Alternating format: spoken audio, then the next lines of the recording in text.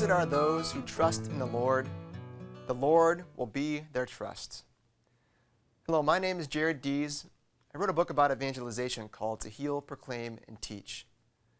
And one of the things that inspired me to write this book was something you've probably noticed too in the last number of years. As I've gone to many Catholic churches over the years, it's plain to see emptier and emptier masses. And when you look around the church, you see shrinking numbers, less mass attendance or less baptisms, less marriages, and it can be easy to start to panic. It can be easy to begin losing hope. But we don't have to lose hope. We don't need to panic. We're in the cusp of an incredible transformation in our church. It's a revolution, and it will occur by changing hearts one person at a time. In a lot of places I go, church leaders I meet are looking for better programs to provide to their parishioners and better training materials for their volunteers. They want the best textbooks for their children's programs. They want the best video series for RCIA or adult faith formation. They want great books to use in Bible studies in small groups. And searching for these things is essential. And there are a lot of great resources out there. The thing is, we have to be careful not to place our trust in the program and lose sight of the people.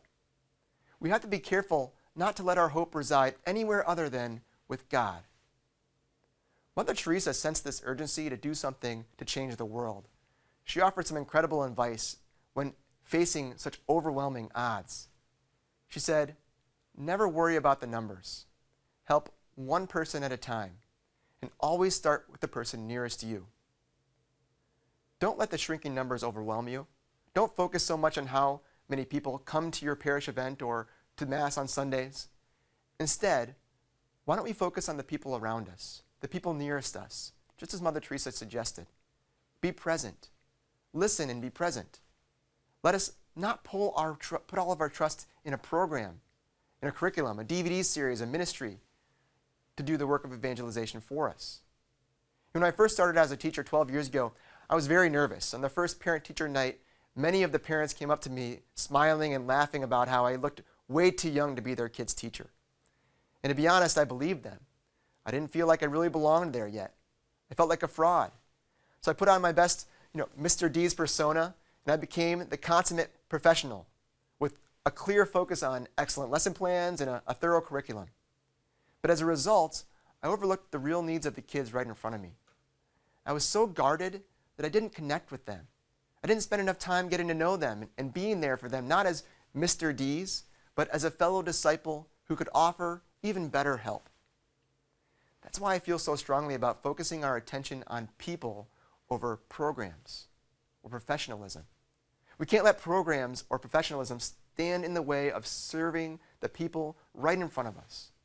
People over programs means slowing down before an event that you've been planning and having a conversation with someone you should get to know. It means taking the time to consider why someone is asking or attacking what you're teaching about the Catholic faith. Rather than respond with anger or arguments, consider where the question is coming from. You give your best try at lovingly responding, always connecting what you are saying to the love of Christ. Focusing on people over the program when starting something new gives you permission to stop wasting time planning and start making a difference. No strategic planning meetings are necessary for you to start evangelizing today. An evangelizing ministry begins with an invitation to just one person to start something with you. Then it spreads to 2 more people, then 4, then 8 more, etc. When you focus on the people rather than the program, you stop worrying about the numbers and steer your mind and heart towards making an impact on just one person at a time. It's a slow process, but an effective one. It's the only one that works. Most of all, focusing on the people over the program keeps you grounded and reliant upon God. You trust in the Holy Spirit rather than the programs and the processes that you've created. It's not your ministry or your program or your class that matters. It is the people that God puts in your path that gives you the opportunity to make a difference. Go out and touch the life of just one person today. And start with the person nearest to you. To learn more about how you can make a difference and become an evangelizing disciple, visit healproclaimteach.com.